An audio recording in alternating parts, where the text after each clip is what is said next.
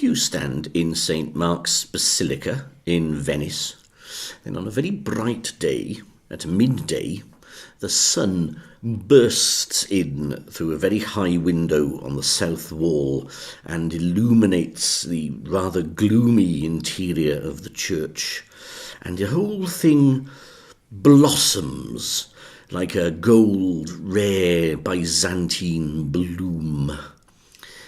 And in a strange way, it's not dissimilar from the light that used to come in through the frosted glass of my grandmother's bathroom window. I was a choir boy. Now, do bear with me, because I'm going somewhere with this one. From about the age of 8 to the age of 11, I was a boy soprano of, I would like to think, a singular quality, the sort of voice at which old ladies wept. I knew the difference between a cassock and a surplice. I knew how to walk down the aisle carrying a lit candle on a stick without getting wax on your cuffs. And I knew how to sit in silence in the small seats allotted for the choir between the altar and the back of the pulpit, and not laugh while Anne Hoskins did the passing the threepenny bits through her ear trick. In later years I've come to realise it wasn't a trick, it was just brute force. The choir was led by a very pleasant elderly gentleman who every Thursday used to give us a sixpence out of his own pocket to reward us for all the hard work we had done. And then he died. And then that woman took over.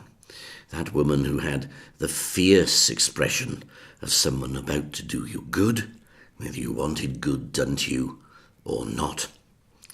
And she immediately announced that she was not sufficiently well off to scatter sixpences willy-nilly amongst the choir, and anyway we should all be doing it for the good of God.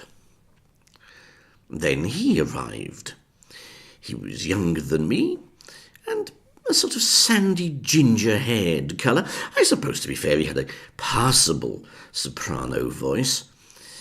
But he was her protégé, and very soon I found myself sharing the soprano solos.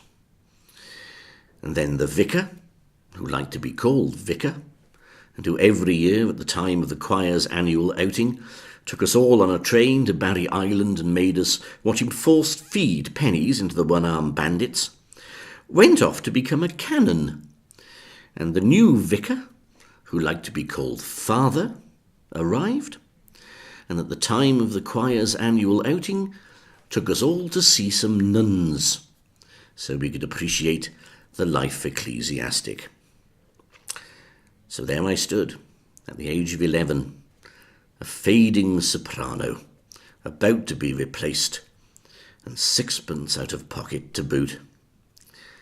Needless to say, I started to find other things to do on a Thursday evening and a Sunday morning. Things like staying in bed late and reading Asterix the Gaul. Initially I'd miss the occasional Sunday, then I'd miss maybe the occasional 2 Sundays. Finally I turn up for the occasional Sunday where the old ladies who had wept had become bitter and unwelcoming, and eventually I sort of stopped going. And one day I met the vicar, who liked to be called father, in the shopping centre opposite my grandmother's flat. And he asked me why I wasn't going, and I didn't really have a proper answer other than, I couldn't be bothered. And then he said, well, you see, you must come to church regularly, otherwise you will lose your faith. And this is the first time anybody had ever suggested the faith word to me. So I went home and I went to my grandmother's bathroom, and I sat there, pondering the ineffable, as one does. And the sunlight came in through the frosted glass of Nana's bathroom window, and it dappled across the ceiling in small oval discs of light and illuminated the whole turquoise plaster interior as if we were somehow underwater. And it was borne fully upon me that I didn't believe a word of it.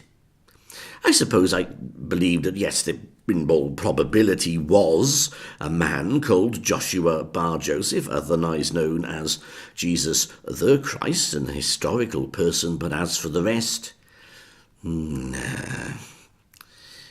Now, even today I can stand in the Basilica of St. Mark's as the sunlight bursts in through the high southern window, and I can still be struck by the wonder and the beauty that can be created in the name of faith.